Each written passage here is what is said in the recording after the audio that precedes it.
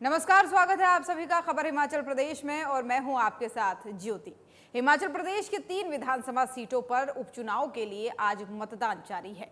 इसी बीच शिमला में प्रेस वार्ता कर नेता प्रतिपक्ष जयराम ठाकुर ने वर्तमान सरकार पर चुनाव के दौरान सरकारी मशीनरी के दुरुपयोग का गंभीर आरोप लगाया है। जयराम ठाकुर ने इस दौरान कहा कि सुक्खू सरकार के 18 महीने के कार्यकाल में भ्रष्टाचार के बड़े आरोप लगना जो है वो दुर्भाग्यपूर्ण है। उन्होंने कहा कि ईडी के छापे जिन लोगों पर पड़े उन्हें राजनीतिक संरक्षण मिला हुआ है। जयराम ठाकुर ने कहा कि प्रदेश में नेतृत्व परिवर्तन नहीं, सत्ता परिवर्तन की आवश्यकता है। नेता प्रतिपक्ष जयराम ठाकुर ने वर्तमान में 3 विधानसभा सीटों पर उपचुनाव को लेकर कहा कि प्रदेश सरकार ने तीनों विधानसभा क्षेत्र में चुनाव को प्रभावित करने के लिए सरकारी मशीनरी का दुरुपयोग किया है। उन्होंने कहा कि जिस तरह इन उपचुनाव में सरकार ने सरकारी मशीनरी का उपयोग चुनाव को प्रभावित करने के लिए किया गया, ये हिमाचल के इतिहास में पहली बार देखने को मिला है। उन्होंने साथ ही ये भी कहा कि सरकारी कर्मचारियों को सख्त आदेश दिए गए हैं कि ठेकेदारों के यहाँ छापेमारी की गई है और नेताओं के पीछे सीआईडी के जवान सिविल ड्रेस में भेजे गए। लोग कांग्रेस की नीतियों से परेशान हैं और इन सभी संविधान क्षेत्रों में जनता का रुझान बीजेपी के पक्ष में होने की बात कही है। हिमाचल प्रदेश में 3 विधानसभा क्षेत्र में विधानसभा के उपचुनाव जिसके लिए आज मतदान हो रहा है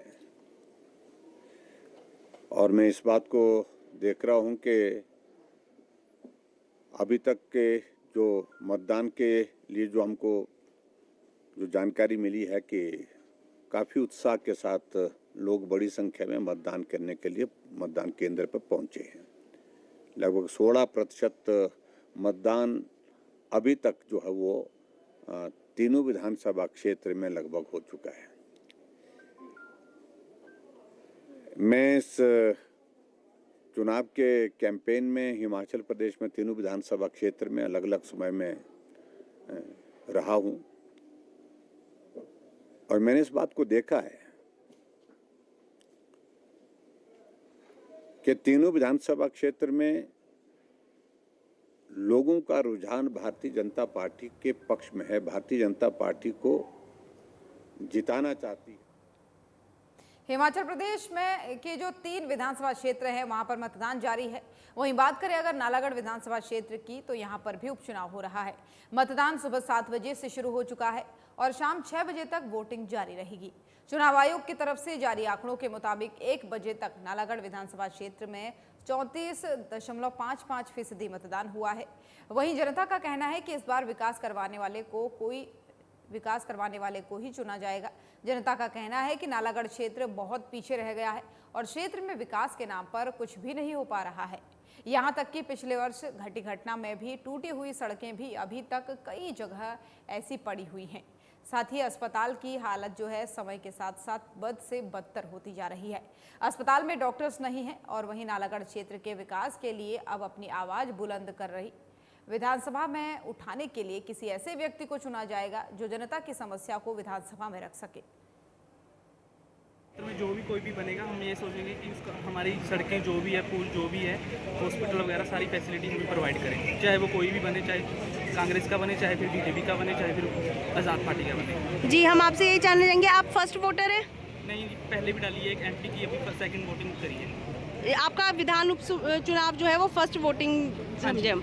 जी, आपसे ये जानना चाहेंगे, जो आपने भी सुना होगा कि खरीद फरोख्त चल रही है, उसका कितना जो है इफेक्ट पड़ेगा वोटिंग को लेकर? बहुत कम है जी, अब तो लोग सारे समझदार हो चुके हैं। अब मतदान तो मर्जी से करेंगे, पर जो चुनाव है ना 1.5 साल से गलत है।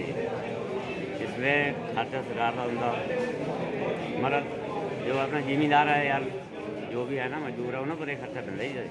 पानी की समस्या ज़्यादा, पानी पीने पूरा नहीं होता जी, और ना सिंचाई वाला भी नहीं है जी।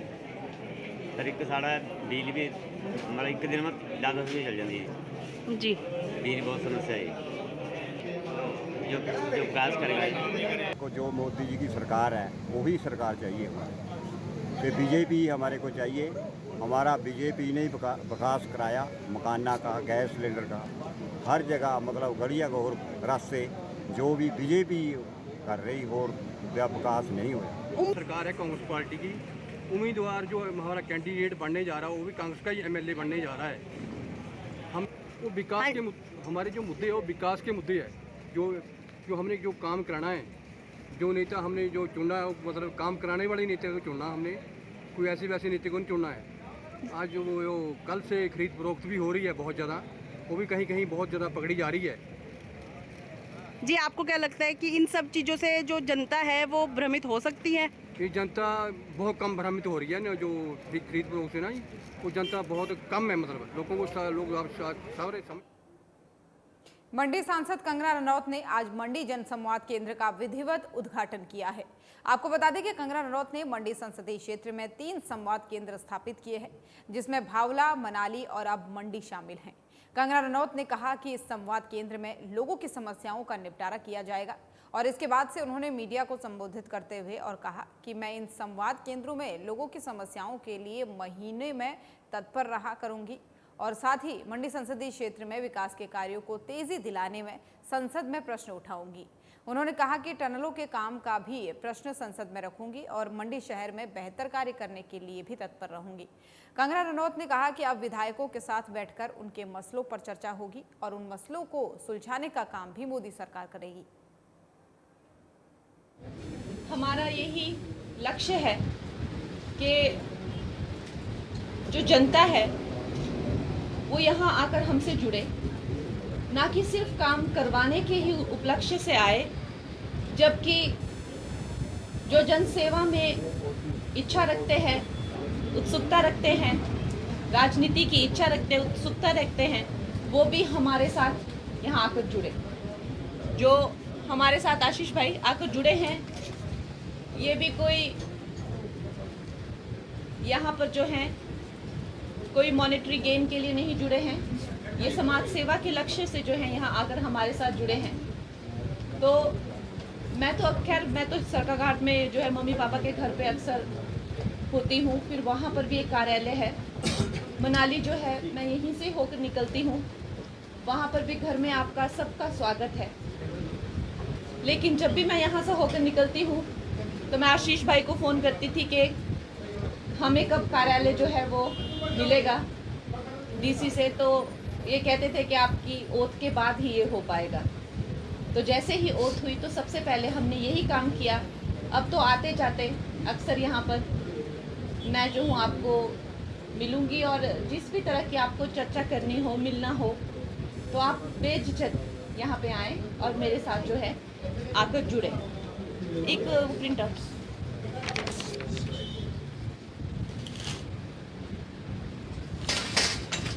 ये जो है हमारी यहाँ पर डिटेल है।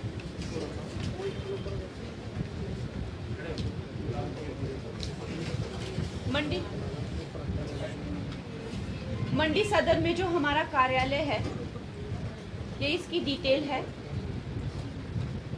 विशेष करके आप जानते हैं कि हिमाचल में बहुत ज़्यादा जो है पर्यटक आते हैं, तो इससे यहाँ आपका आधार कार्ड, मंडी क्षेत्र का आधार कार्ड होना ज़रूरी है और साथ में जो पार्लियामेंट्री आपका काम है वो भी एक चिट्ठी पे लिखा हुआ होना चाहिए, इस तरफ भी दिखा दो, ताकि लोग। हिमाचल प्रदेश में राजस्व मंत्री जगत सिंह नेगी ने कहा कि भारतीय जनता पार्टी केंद्रीय जांच एजेंसियों का दुरुपयोग कर रही है। जयराम ठाकुर दिल्ली जाकर कोई पैकेज तो लेकर नहीं आते, लेकिन केंद्रीय जांच एजेंसी को परेशान करने के लिए लेकर आ रहे हैं। उन्होंने कहा कि यह पूरी तरह तानाशाही है। बीजेपी को अपनी आंखों के सामने उपचुनाव में हार नजर आ रही है। ऐसे में उपचुनाव के दौरान ही केंद्रीय जांच एजेंसियों की कार्रवाई को करवाया गया है।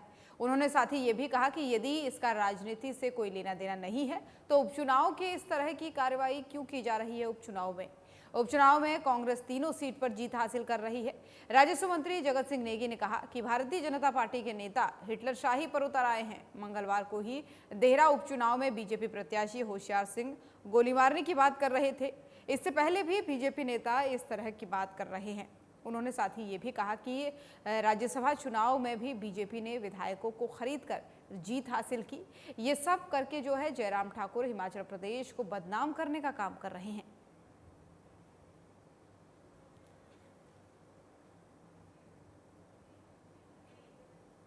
और उच्च न्यायालय ने हिमाचल प्रदेश विश्वविद्यालय के गणित विभाग में लगे 2 प्रोफेसर अयोग्य घोषित कर दिए हैं। कोर्ट ने विश्वविद्यालय में पूर्व की बीजेपी सरकार के समय हुई भर्तियों में गड़बड़ी के मामले में ये अहम फैसला सुनाया है। हिमाचल प्रदेश विश्वविद्यालय शिमला में कोरोना काल के समय 2019-20 में पूर्व कुलपति सिकंदर कुमार द्वारा विश्वविद्यालय में प्रोफेसर भर्तियों को करवाया गया था। उसके बाद से छात्र संगठनों ने इन भर्तियों पर सवाल उठाए थे। यह आरोप लगाया था कि इन भर्तियों के अंदर जो है वो काफी बड़े स्तर पर भर्ती प्रक्रिया को अनदेखा किया गया है। वहीं एनएसयूआई उपाध्यक्ष वीनू मेहता ने मामले में कहा कि पूर्व की बीजेपी सरकार के कार्यकाल में कोरोना काल के दौरान विश्वविद्यालय में बड़े स्तर पर भर्ती नियमों को दरकिनार कर शिक्षकों और गैर शिक्षकों को भर्ती किया गया है। उन्होंने कहा कि छात्र संगठन इसके खिलाफ लगातार आवाज उठाता रहा है। इसके बाद से अब उच्च न्यायालय में 2 प्रोफेसर को अयोग्य घोषित किया गया है। ये उन लोगों के साथ न्याय है जो गड़बड़ी के चलते बाहर हो गए थे। उन्होंने कहा कि पूर्व की बीजेपी सरकार में विश्वविद्यालय के कुलपति प्रोफेसर सिकंदर कुमार ने नियमों को दरकिनार कर अपने बेटे को पीएचडी में दाखिला करवाया और जो है आरएसएस से जुड़े लोगों को विश्वविद्यालय में नौकरियां भी दी। साथ ही उन्होंने ये भी कहा कि विश्वविद्यालय में 250 के करीब और इसी तरह की फर्जी तरीकों से नियुक्तियां हुई हैं, जिस पर इसी तरह कार्रवाई की जानी चाहिए।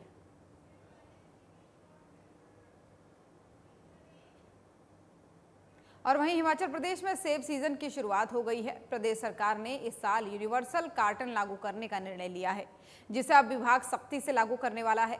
बागवानी मंत्री जगत सिंह ने कहा कि प्रदेश में सेब के लिए टेलीस्कोपिक कार्टन के इस्तेमाल पर पूरी तरह से पाबंदी होगी।